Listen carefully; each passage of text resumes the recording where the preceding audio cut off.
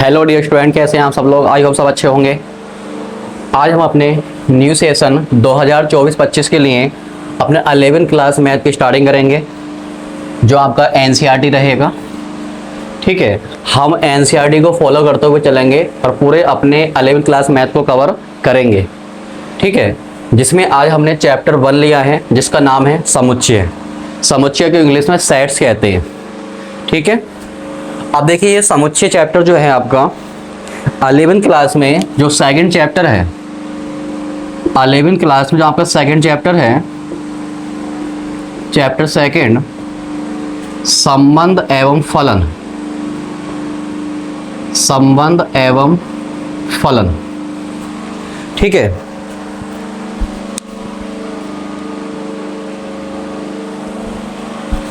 तो 11th class में जो चैप्टर सेकंड है उसमें जो हमारा संबंध एवं फलन नाम का एक चैप्टर है हमारा, जिसमें समुच्चय का पूरा रोल है। बिना समुच्चय के नॉलेज के आप लोग इस चैप्टर में कुछ नहीं करने वाले हैं, क्योंकि पूरा का पूरा संबंध एवं फलन नाम का चैप्टर है वो समुच्चय पर ही आधारित है। क्योंकि कोई समुच्चय ही संबंध होता है और कोई संबंध ही फलन होता है। कोई समुच्चय ही संबंध होता है और किसी विशेष संबंध को हम फलन कहते हैं। तो अगर फलन हो या संबंध हो है तो वो समुच्चय ही। ठीक है, समुच्चय पे आधारित है। इसलिए चैप्टर सेकंड आपका तभी आप कर पाएंगे जब आपको चैप्टर 1 की नॉलेज हो। अच्छे से आप जब समुच्चय कर लेंगे तभी इसमें काम कर पाएंगे, अन्यथा आपके लिए चैप्टर बहुत ही मुश्किल खड़ी कर देगा। अब इस चैप्टर से रिलेटेड हम अगर 12th क्लास की बात करें, 12th क्लास की बात करें तो वहां पे आपका चैप्टर 1 है, चैप्टर 1 जिसका नाम है संबंध एवं फलन। संबंध एवं फलन, वहां भी चैप्टर यही नाम दे रखा है, बट वहां पे चैप्टर 1 है, नाम यही है संबंध एवं फलन। ठीक है, लेकिन वहां पे आपको मौका नहीं मिलेगा कि समुच्चय किसे कहते हैं उसके बारे में जानना, क्योंकि समुच्चय आपका एक अच्छा टॉपिक है, पूरा चैप्टर है। तो इतना आपको मौका नहीं मिलने वाला, इतना चांस नहीं मिलने वाला है कि आप 12th क्लास में बैठ के समुच्चय को कवर करें। इसलिए जरूरी हो जाता है कि आप 11th क्लास में इस चैप्टर को अच्छे से करें, जिससे आपका 11th क्लास का चैप्टर 2 कवर हो जाएगा और 12th क्लास का चैप्टर 1 आपका कवर होगा। इसमें मतलब मैं ये नहीं कहूँगा कि आपको वहाँ पे क्वेश्चन कर सकते हैं, लेकिन वहाँ पे जो समुच्चय की जानकारी है, समुच्चय के बारे में जो बातें होती हैं, जो क्वेश्चन आपका समुच्चय पे आधारित होता है, उसकी आप पकड़ कर पाएंगे। क्योंकि बिना समुच्चय के इस चैप्टर में आप काम नहीं कर पाएंगे। मैं ये नहीं कह रहा हूँ कि आप समुच्चय सीख जाएंगे तो मतलब यहाँ पे आप लोग इनके क्वेश्चन करना शुरू कर देंगे, मैं ऐसी बात नहीं कर रहा हूँ। मैं ये कहना चाह रहा हूँ आपसे कि बिना समुच्चय के नॉलेज के, बिना समुच्चय के चैप्टर को अच्छे से कवर करें, आप लोग इन चैप्टरों में कुछ नहीं करने वाले हैं। 11th क्लास का सेकंड चैप्टर गोल हो जाएगा और 12th क्लास का फर्स्ट चैप्टर गोल हो जाएगा। तो आप समझ सकते हैं आपका ये चैप्टर कितना इंपॉर्टेंट है और इसको आपको बहुत अच्छे से तैयारी इसकी करनी है। ठीक है स्टूडेंट, चलिए क्लास को शुरू करते हैं।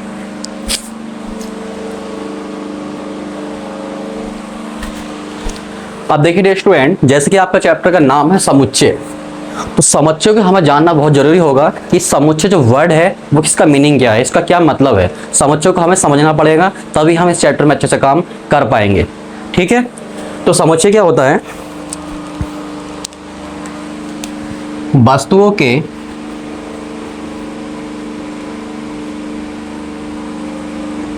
सुपरिभाषित समूह या संग्रह को समुच्चय कहते हैं।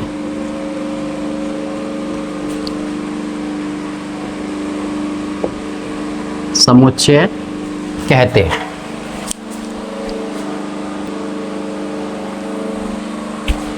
अब देखिए डियर स्टूडेंट, वस्तुओं के सुपरिभाषित समूह या संग्रह को समुच्चय कहते हैं। अब देखिए आपको ये समझना पड़ेगा कि हम यहाँ पे वस्तुओं किसे कह रहे हैं।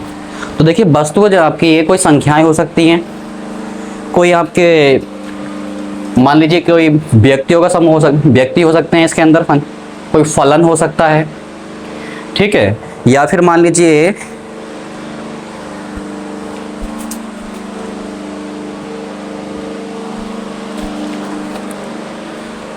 और कोई लेखक हो सकते हैं। ठीक है, तो इस प्रकार से संख्याएं हो गई, लेखक हो गए, ठीक है, या फिर कोई व्यक्ति, ये सब आपके वस्तुओं में काउंट होंगे, ये सब वस्तुएं हैं हमारे लिए, ठीक है। अब यहाँ पे समूह या संग्रह किसे कहते हैं? तो देखिए होता क्या है, जैसे आपके अंग्रेजी वर्णमाला के अक्षर होते हैं, 26 अक्षर होते हैं, तो उन सभी को मिला के हम क्या बोलेंगे कि अंग्रेजी वर्णमाला के अक्षरों का वो एक समूह है, ठीक है। समूह या संग्रह एक ही बात है। या मान लीजिए आपके पास कोई 10 जानवर हैं, 10 जानवर हैं आपके घर पे, तो हम कहेंगे आपके पास 10 जानवरों का एक समूह है, एक संग्रह है, ठीक है। या आपके पास कोई आपके क्लास के फ्रेंड हैं, आपके मान लो 10-12 फ्रेंड हैं आपके, ठीक है, तो उसमें क्या कहेंगे हम, आपके 10-12 फ्रेंडों का एक समूह है, एक ग्रुप है। आई होप आप ये शब्द को समझ पा रहे होंगे, समूह या हम संग्रह किसको कहेंगे, ठीक है। अब यहाँ पे सबसे बड़ी बात यह है कि हम सुपरिभाषित समूह या संग्रह किसे कहेंगे। सुपरिभाषित समूह या संग्रह का क्या मतलब है, किस समूह या किस संग्रह को सुपरिभाषित कहेंगे, क्योंकि वही सुपरिभाषित समूह या संग्रह ही आपका क्या कहलाएगा, समुच्चय कहलाएगा। तो आपको समझना है कि सुपरिभाषित शब्द का क्या मतलब है, ठीक है। तो हमें यहाँ पे ये समझना है कि सुपरिभाषित समूह या फिर संग्रह किसे कहते हैं। तो भाई इसका क्या अर्थ है, समूह या संग्रह, समूह या संग्रह व्यक्तियों के अनुसार न बदले, व्यक्तियों के अनुसार न बदले। मतलब जैसे कि एग्जाम्पल में अगर लेके बात करूं आपसे, मैं आपसे कहूं अंग्रेजी वर्णमाला के स्वरों का संग्रह, इस संग्रह की अगर हम बात करें, ठीक, अंग्रेजी वर्णमाला के स्वर के संग्रह की अगर हम बात करें, तो आप जो बंदा अंग्रेजी वर्णमाला के अक्षरों की नॉलेज रखता है, जिसको ये ज्ञान है कि अंग्रेजी वर्णमाला के अक्षर कौन से होते हैं, उसमें स्वर कौन से होते हैं और व्यंजन कौन से होते हैं, कितने स्वर हैं कितने व्यंजन हैं, अगर वो बंदा इस बात की जानकारी रखता है, तो उससे अगर कहा जाएगा कि अंग्रेजी वर्णमाला के स्वर बताइए, तो उसका आंसर आएगा ए, ई, आई, ओ, यू, ये एक आंसर होगा उसका। अब ये आप लोग 10 लोगों से पूछो, 50 लोगों से पूछो, या पूरे वर्ल्ड में जाके पूछो जिसको अंग्रेजी वर्णमाला के अक्षरों की नॉलेज है, तो उस बंदों से अगर आप लोग, उन सभी बंदों से अगर अंग्रेजी वर्णमाला के स्वर आप पूछोगे, वो ये 5 ही बताएगा, इन 5 के अलावा और कोई स्वर होंगे नहीं, सबका आंसर यही आएगा। जितने भी आप बंदों से जाके पूछोगे, सभी बंदों का आंसर सेम आएगा, ठीक है। तो मैंने यहाँ पे यही कहा है कि समूह या संग्रह व्यक्तियों के अनुसार ना बदले। अलग अलग व्यक्तियों से अगर उस संग्रह या समूह के बारे में पूछा जाए, तो सभी का वो संग्रह या समूह क्या हो, सेम हो, व्यक्तियों के अनुसार ना बदले, यानी कि अलग अलग व्यक्तियों से पूछने पर वो आपका संग्रह या समूह अलग अलग ना आए, एक ही रहे, तो उस संग्रह या समूह को हम कहते हैं सुपरिभाषित, जो अच्छे से परिभाषित है। जैसे आप यहाँ पे देख रहे हैं अंग्रेजी वर्णमाला के स्वरों का संग्रह है ए, ई, आई, ओ, यू। आप वर्ल्ड के किसी भी व्यक्ति से जाके पूछे जो अंग्रेजी वर्णमाला के अक्षरों की जानकारी रखता है, तो उसका जो संग्रह है वो यही आएगा, सबका यही आएगा। किसी भी व्यक्ति से जाके पूछें, अलग अलग व्यक्तियों से पूछोगे, उसका आंसर यही आएगा। तो हम कहेंगे कि ये समूह या संग्रह है, ये क्या है, आपका सुपरिभाषित है, क्योंकि ये व्यक्तियों के अनुसार नहीं बदल रहा है, अलग अलग व्यक्तियों का आंसर अलग अलग नहीं आएगा, सबका आंसर सेम आएगा। तो ये संग्रह है हमारा, ये क्या है, सुपरिभाषित है। क्लियर है। ऐसी हम बात करें आपसे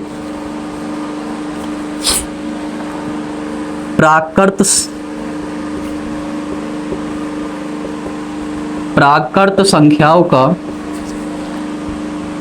संग्रह। अब देखो, प्राकृत संख्याओं की नॉलेज आपको होनी चाहिए।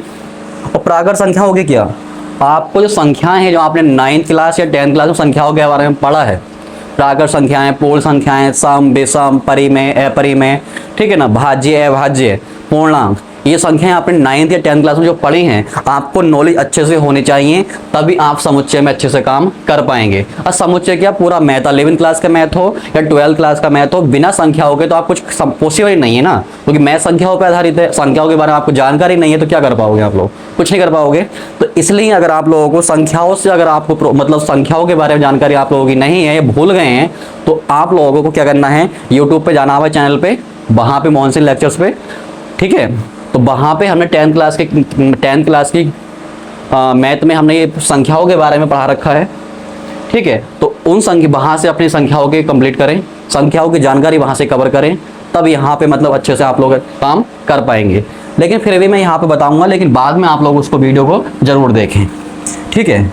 तो प्राकृत संख्याएं किसे कहते हैं, ऐसी संख्याएं जिनका प्रयोग वस्तुओं को गिनने में किया जाता है। जैसे आपके क्लास में स्टूडेंट हैं, मैं आपसे कहूँ अपने क्लास के स्टूडेंट को गिन के दिखाइए, तो गिन के बताइए कितने स्टूडेंट हैं, तो आप स्टार्टिंग कहाँ से करेंगे, 1 से, क्योंकि जब हम किसी भी वस्तु को गिनने की शुरुआत करते हैं तो हमेशा 1 से होती है।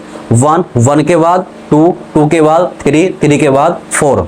कभी भी संख्याओं गिनते समय आप 0 इस्तेमाल नहीं कर सकते, या 1.5, 1.2, 1.3, 2.7 ये इस्तेमाल नहीं होता है। ऐसी आपकी कोई माइनस वाली संख्याएं या भिन्न वाली संख्याएं या वर्गमूल घन वाली संख्याएं आपकी वहां पे इस्तेमाल नहीं होती हैं।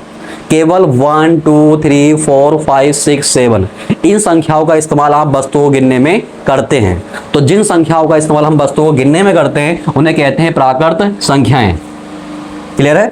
तो जिस बंदे को, जिन मतलब बंदों को अगर प्राकृत संख्याओं के बारे में जानकारी है, ठीक है, अब बंदे आपके पास चाहे कितने ही हों, उन सभी का जो आंसर है वो क्या आएगा, 1, 2, 3, 4, 5, 6, 7, 8। अब ऐसे तो अनंत संख्याएं हमारे पास, तो डॉट डॉट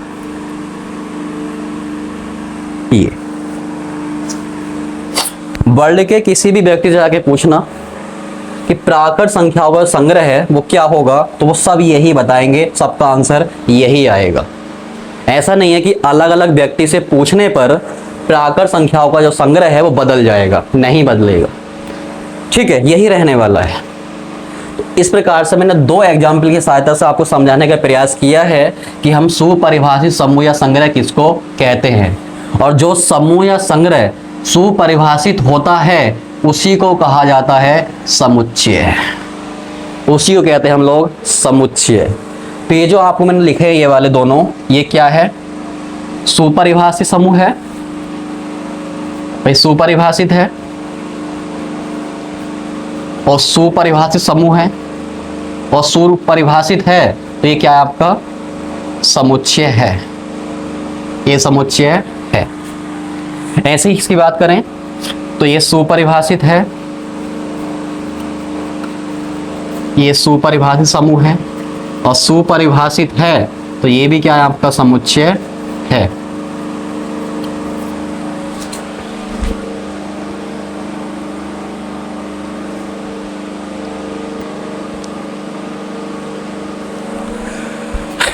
तो ये भी आपका क्या है, सुपरिभाषित समूह है, तो ये भी क्या है आपका समुच्चय है। तो दोनों एग्जाम्पल जो हमने लिए हैं ये दोनों सुपरिभाषित समूह हैं, ठीक है, इसलिए हम इनको क्या कह रहे हैं, समुच्चय कह रहे हैं। तो आई होप आपको ये बात समझ में आई होगी कि समुच्चय किसे कहते हैं। चलिए और एग्जाम्पल लेते हैं, उनके माध्यम से समझते हैं हम लोग किसको समुच्चय कहेंगे और किसको समुच्चय नहीं कहेंगे। चलिए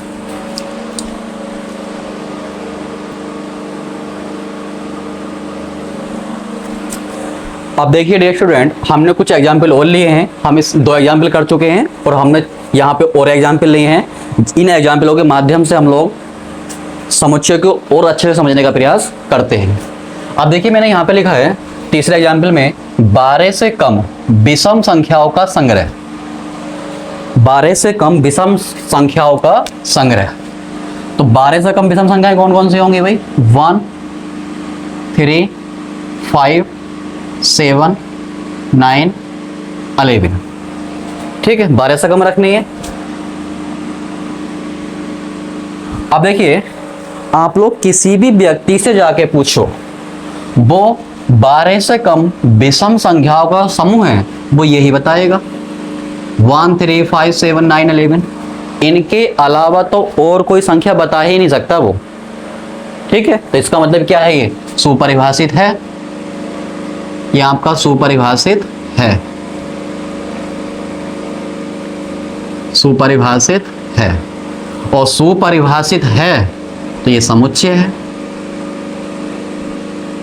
समझ पा रहे हैं बात को? सुपरिभाषित है तो क्या है, ये समुच्चय है। ऐसे हम इसकी बात करें, 10 से कम विषम 10 से कम सम प्राकृत संख्याओं का संग्रह। संख्याएं कैसी हो, प्राकृत हो और सम हो और 10 से कम होनी चाहिए। तो 2 4 6 8, 2 4 6 8, देखो सम भी है, साथ में प्राकृत भी हैं और साथ में 10 से कम भी हैं। फिर वही बात, किसी भी व्यक्ति से जाके पूछें उन सभी का संग्रह यही आएगा।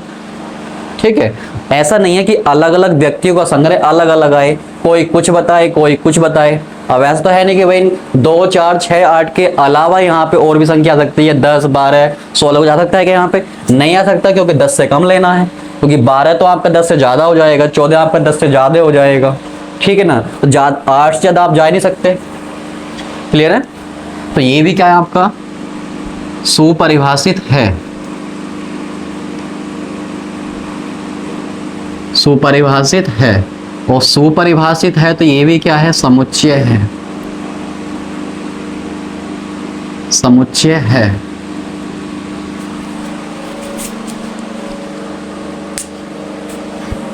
ओके स्टूडेंट, अगले एग्जाम्पल की बात करते हैं। देखिए इसमें है, इस अध्याय यानी कि इस चैप्टर में आने वाले प्रश्नों का संग्रह। भाई जो आपका फर्स्ट चैप्टर है इसमें जो प्रश्न है वो फिक्स हैं। अब जिसने ये चैप्टर पढ़ा है उससे हम पूछेंगे कि भाई इसमें कितने प्रश्न हैं, तो सभी से हम बताएंगे। अब ऐसा तो है नहीं कि भाई चैप्टर पढ़ लिया है, ठीक है, और बुक सामने है और आज उससे पूछा कितने क्वेश्चन है इसके अंदर, गिन के बताओ। तो ऐसा तो है नहीं कि एक 20 बताएगा, एक 50 बताएगा, एक 22 बताएगा, एक 25 बताएगा, ऐसा तो है नहीं। हम गिनने का भी चांस दे रहे हैं उसको, भाई गिन के बता दे चल। इस चैप्टर में जितने भी प्रश्न हैं उन्हें आप लोग गिन के बता दो। तो गिन के आप पूछोगे उनसे, गिन के बताइए, तो सभी सेम देने वाले हैं। हाँ, वो बात अलग है कि अगर मान लो गिनने का आप मौका नहीं दोगे तो हो सकता है कोई कुछ बताए कोई कुछ बताए, है ना, तो वो अलग बात हो गई। लेकिन अगर आपको गिनने का चांस दिया जाएगा कितने प्रश्न हैं इस अध्याय का, गिन के बताइए, तो भाई आप सेम बताएंगे। अब अगर मान लो इसमें 55 प्रश्न हैं तो सभी का आंसर 55 ही आएगा, किसी का 54 या 56 नहीं हो सकता। ये क्लियर है? तो इसका मतलब ये हुआ इस चैप्टर में नहीं, किसी भी चैप्टर में जो प्रश्न हैं, ठीक है, वो सुपरिभाषित हैं। क्लियर है? या हम अपने इस मैथ की बुक में बात करें तो कि मैथ की बुक में जो चैप्टर हैं, मैथ जो आपकी बुक है मैथ की, उसमें जो अध्यायों का संग्रह है, जो चैप्टरों का संग्रह है, वो भी क्या है, सुपरिभाषित ही है। क्योंकि जितने चैप्टर इसके अंदर वो फिक्स हैं, अब उनके अलावा तो और चैप्टर हो ही नहीं सकते, तो सभी का आंसर सेम आएगा। क्लियर है? तो इसलिए ये भी क्या है, आपका सुपरिभाषित संग्रह है, ये सुपरिभाषित है। ठीक है, और सुपरिभाषित है तो क्या है, ये समुच्चय है। सुपरिभाषित है तो समुच्चय है। अगले की बात करते हैं, समीकरण x² बराबर 16 के हलों का संग्रह। ठीक है, ये समीकरण दिया गया है, इसको सोल्व करें, इसका हल ज्ञात करें, जो हल आएगा उनका संग्रह चेक करना है हमें, सुपरिभाषित है या नहीं है। तो भाई इसको सोल्व कर लेते हैं हम लोग, यहाँ सोल्व कर लेते हैं। x² बराबर 16, ये वर्ग है, सामने वाले पे वर्गमूल, और साथ में क्या आता है यहाँ पे प्लस माइनस, सबको पता है ये बात। और 16 का वर्गमूल क्या होता है, 4, एक संख्या प्लस की और एक संख्या माइनस की। तो आपके जो इस समीकरण के जो हल है वो कितने आ रहे हैं, 2 आ रहे हैं, 4 और -4। ओके,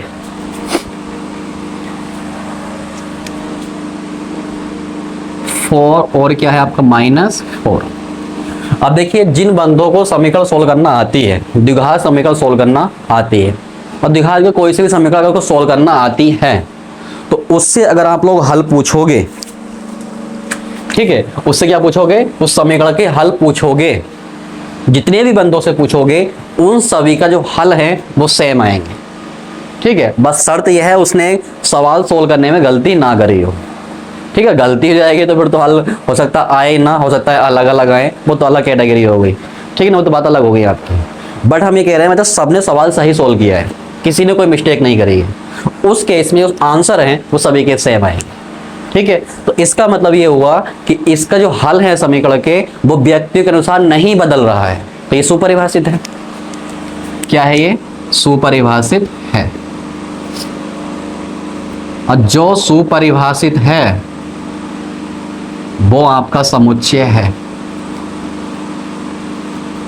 वो समुच्चय है। जो सुपरिभाषित है वो आपका समुच्चय है। अब बात करते हैं अगले क्वेश्चन की। विश्व के 5 सर्वश्रेष्ठ कवियों का संग्रह। विश्व के 5 सर्वश्रेष्ठ कवियों का संग्रह। अब देखिए थोड़ा सोचना इस क्वेश्चन पे। वह सर्वश्रेष्ठ कवि हैं विश्व के और 5 बताने हैं आपको।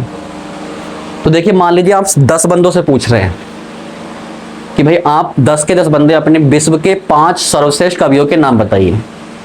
ठीक है, तो देखो हो सकता है किसी बंदा किसी कवि को सर्वश्रेष्ठ मानता हो, दूसरा बंदा किसी और को सर्वश्रेष्ठ मानता हो, तीसरा बंदा किसी और को सर्वश्रेष्ठ मानता हो। समझ पा रहे हैं?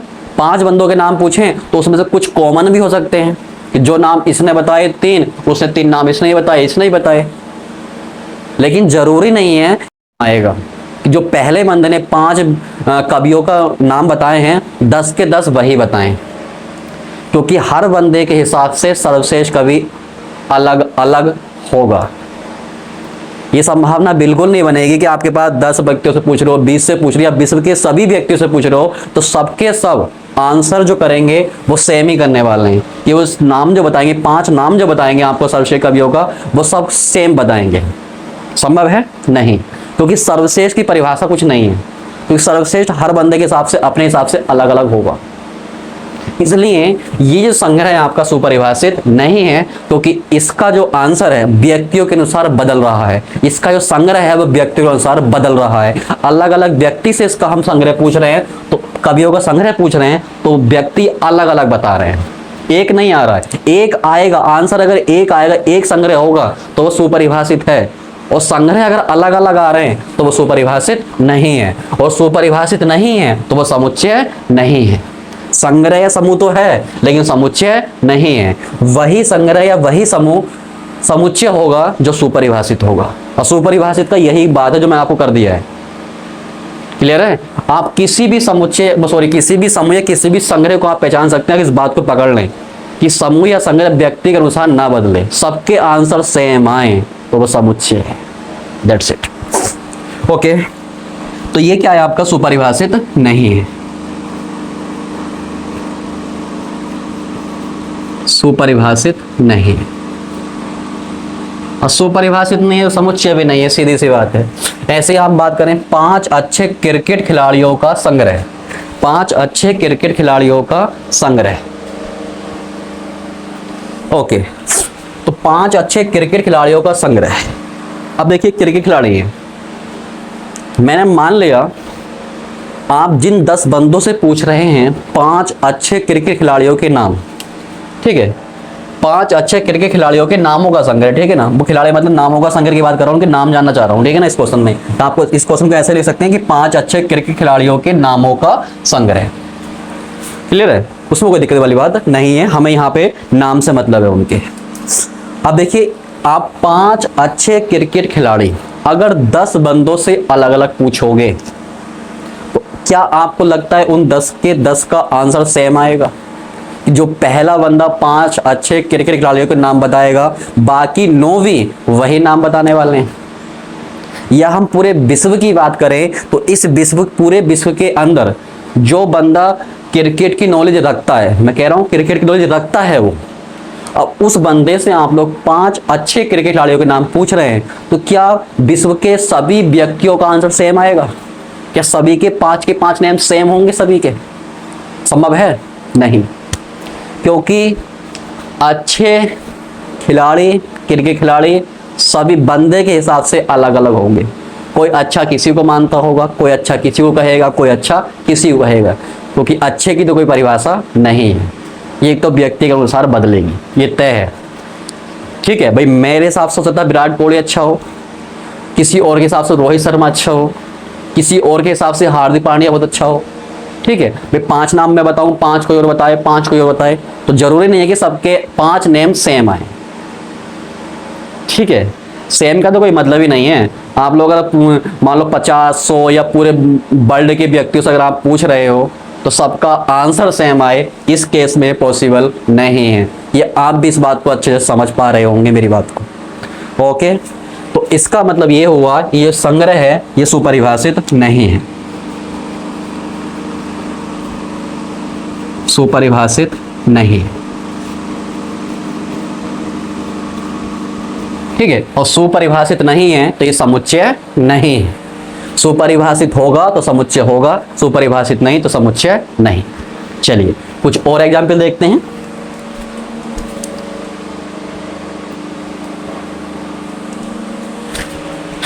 चलिए स्टूडेंट, ये हम 4 एग्जाम्पल और देखते हैं, उसके बाद अपने समुच्चय की बात को यहाँ पे फिनिश करेंगे कि समुच्चय हम अच्छे से समझ जाएंगे। उसके बाद आई होप अब तक आप समझ गए होंगे समुच्चय किसको कहेंगे और किसको समुच्चय नहीं कहेंगे, किस समूह किस संग्रह को समुच्चय कहा जाएगा और किसको नहीं कहा जाएगा, ये बात अब तक आपको समझ में आ गई होगी।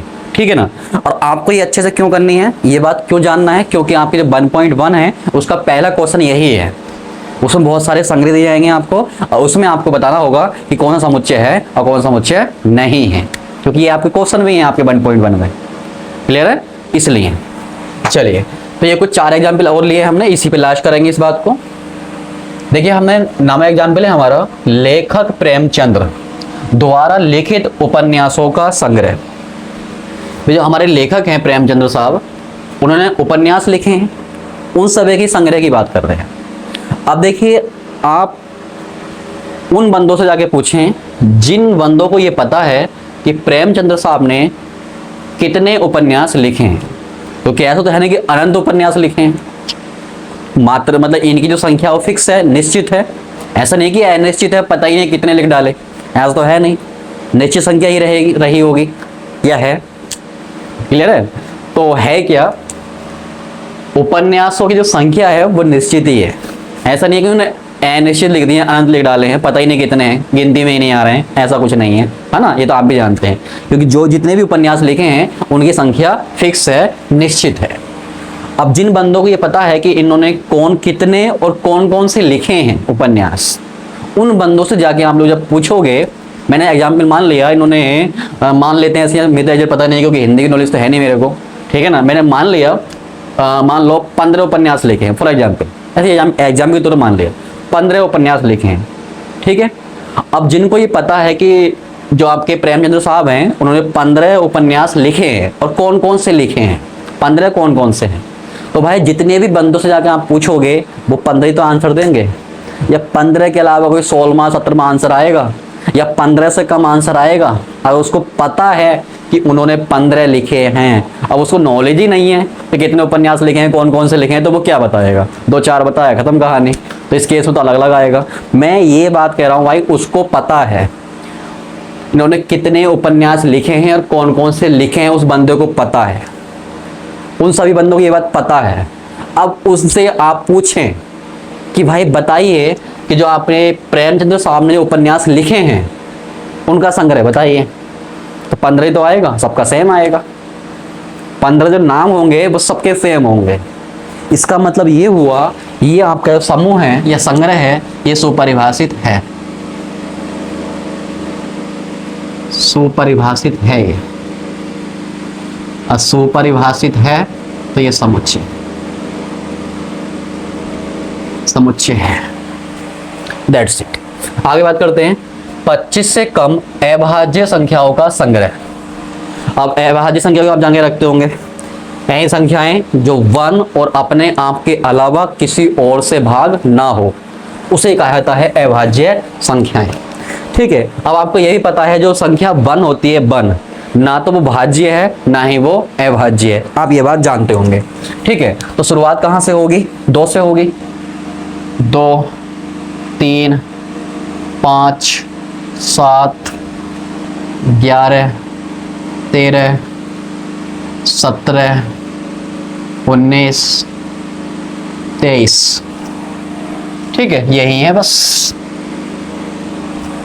अब जिस बंदे को अभाज्य संख्याओं की जानकारी है, जिन बंदों को, उन बंदों से जाके आप पूछोगे कि 25 से कम अभाज्य संख्याओं का संग्रह बताइए, तो वो यही तो बताएगा, इसके अलावा तो कुछ हो ही नहीं सकता, यही बताएगा, सबके आंसर यही आने वाले। तो ये क्या है आपका? सुपरिभाषित है, ये सुपरिभाषित है। असुपरिभाषित है तो ये समुच्चय है, सुपरिभाषित है तो समुच्चय है। चलिए नेक्स्ट एग्जाम्पल देखते हैं। 8 से कम पूर्ण संख्याओं का संग्रह। पूर्ण संख्याएं क्या होती हैं भाई? जो हमने प्राकृत संख्याओं की बात करी थी, उसमें आप लोग जीरो और शामिल कर लीजिए। जीरो को और शामिल कर लोगे तो वो संख्याएं क्या बन जाएंगी? आपकी पूर्ण संख्याएं बन जाएंगी। और आपको ये पूर्ण संख्याएं हैं वो 8 से कम रखनी है। तो क्या क्या आएगा इसमें? 0, 1, 2, 3, 4, 5, 6, 7। ये अब मुझे बताइए, जिस बंदे को पूर्ण संख्याओं की जानकारी है, जितने मतलब उन बंदों से जाके पूछें जिन बंदों को पूर्ण संख्याओं की जानकारी है, तो अगर आप उन लोगों से 8 से कम पूर्ण संख्याएं पूछेंगे तो वो यही तो बताएंगे। क्या इनके अलावा कुछ और बता सकते हैं? क्या कोई आंसर यहाँ पे 9 आंसर कर सकता है? कोई यहाँ पे -1 या -3 आंसर कर सकता है? या कोई 2/3 आंसर कर सकता है? नहीं कर सकता। सबका संग्रह यही रहने वाला है, अगर उसको जानकारी है पूर्ण संख्याओं की। अन्यथा अगर पूर्ण संख्याओं की जानकारी नहीं है तो भाई कुछ भी कह सकता है। वो तो वर्गमूल 3 को ही बना देगा, फिर यहाँ पे तो कुछ भी कर सकता है उस केस में, तो है ना। तो उस केस की हम बात नहीं कर रहे। उसको पहले भाई पूर्ण संख्याओं की जानकारी होनी चाहिए, उसके बाद हमें पूछना है। भाई जानकारी नहीं है तो वो क्या बताएगा? अब बताएगा तो क्या भरोसा है, सही बताएगा गलत बताएगा, है ना। तो ये बात है। और जब पता ही नहीं है तो गलत ही बताएगा ना, किसी की बात है। चलिए, तो ये क्या है आपका? सुपरिभाषित है।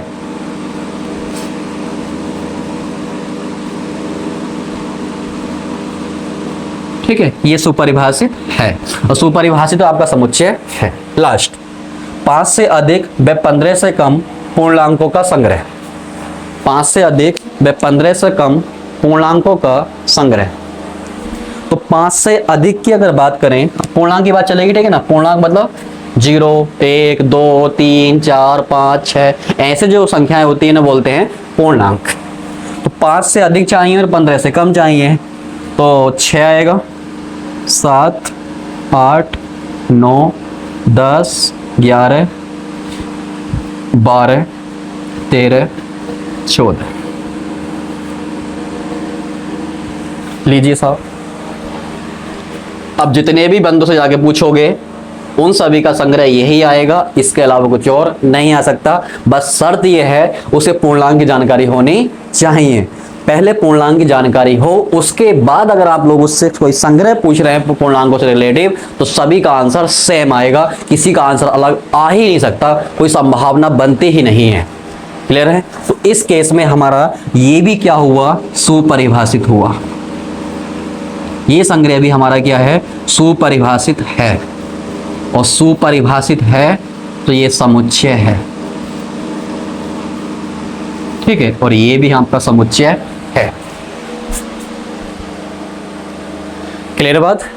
ऐसी है, मैं एक एग्जाम्पल और आपसे बात कर लेता हूं। जैसे मैंने कहा आपसे 5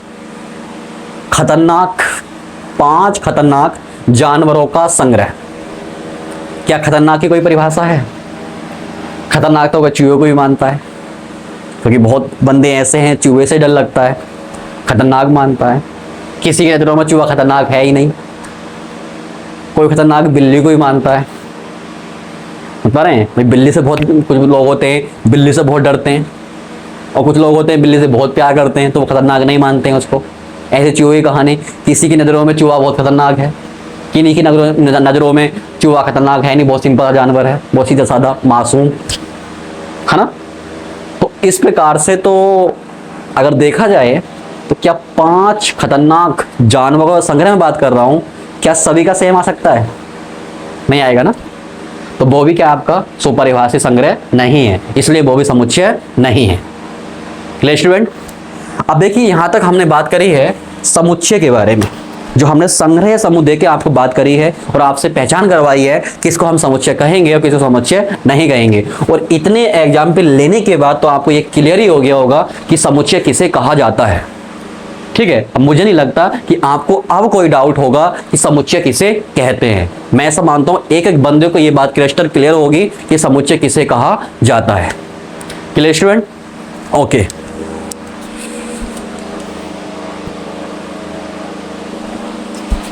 तो डियर स्टूडेंट, आज की क्लास को बस यहीं तक रखेंगे। एक छोटी सी हमने क्लास ली है। ठीक है, आपको वीडियो कैसा लगा, क्या समझ में आया, समझ में नहीं आया, कमेंट बॉक्स में जरूर बताएं। ठीक है, जो भी आपको लगा हो, सही लगा हो, समुच्चय मतलब समझ में आया या नहीं आया, जो भी आपको लगा इस वीडियो से रिलेटेड वो आप कमेंट बॉक्स में टाइप जरूर करें प्लीज। ठीक है, जिससे हमें पता चले कितने और सुधार करने की जरूरत है, कितना आपको समझ में आ रहा है, कितना समझ में नहीं आ रहा है, ये बात हमें पता चलनी चाहिए। ठीक है, और ये वीडियो छोटा इसलिए रखा है हमने ताकि आप लोग थोड़ा समय मिले जिससे आप इसको रिवाइज कर सके, फिर हम आगे कल बात करेंगे इसके बारे में। ठीक है, अब जो हम कल बात करेंगे समुच्चय के निरूपण की बात करेंगे, इसके समुच्चय के अवयव किसे कहते हैं, समुच्चय को किससे प्रदर्शित करते हैं, है ना, बहुत बातें हैं सच्ची। ठीक है, और समुच्चय का निरूपण करने के हमारे पास 2 तरीके हैं, रोस्टर विधि या इसी को बोलते हैं तालिका विधि या सारणीबद्ध रूप बोलते हैं, तालिका रूप, रोस्टर रूप, जो भी है ना इस तरह से नाम दिए जाते हैं। और दूसरा होता है आपका समुच्चय निर्माण रूप। 2 है वहाँ हमारे। समुच्चय को लिखने के तरीके हैं, किसी भी समुच्चय को लिखने के तरीके हैं वो हमारे सिलेबस में 2 हैं। एक है हमारा तालिका रूप या उसी को बोलते हैं हम लोग सारणीबद्ध रूप या उसी को बोलते हैं रोस्टर रूप। 3 नामों से जाना जाता है पहला वाला। और दूसरा होता है हमारा समुच्चय निर्माण रूप। और जो हमने ये बातें करी है ना, ये वाली, ये देख रहे हैं आप लोग, ये सब आपके रोस्टर रूप हैं। इनकी बातें हम कल करेंगे। ठीक है, तो वीडियो को इतना ही रखते हैं। आई होप आप लोगों को ये वीडियो पसंद आया होगा। वीडियो पसंद आया हो तो वीडियो को लाइक करें, चैनल को सब्सक्राइब करें, क्योंकि आपका ये लाइक, कमेंट और सब्सक्राइब हमारी एनर्जी होती है, हमें ये हौसला बुलंद करती है हमारी कि हमें कितनी मेहनत आगे और करनी है। ये हमें उत्साहित करती है आगे मेहनत करने के लिए, ये हमारे एनर्जी का काम करती है। इस बात को आप समझें प्लीज़। इसलिए सपोर्ट करें, वीडियो को लाइक करें, चैनल को सब्सक्राइब करें और अपने फ्रेंड्स में ज़्यादा से ज़्यादा शेयर करें, जिससे उन लोगों का भी बेनिफिट हो सके और मैक्सिमम स्टूडेंट को पता चलना चाहिए कि इस प्लेटफॉर्म पे भी पढ़ाई अच्छी की जा रही है। प्लेटफॉर्म छोटा है लेकिन तैयारी मस्त है। ठीक है, तो ऑल द बेस्ट, तैयारी करते रहें। Good bye.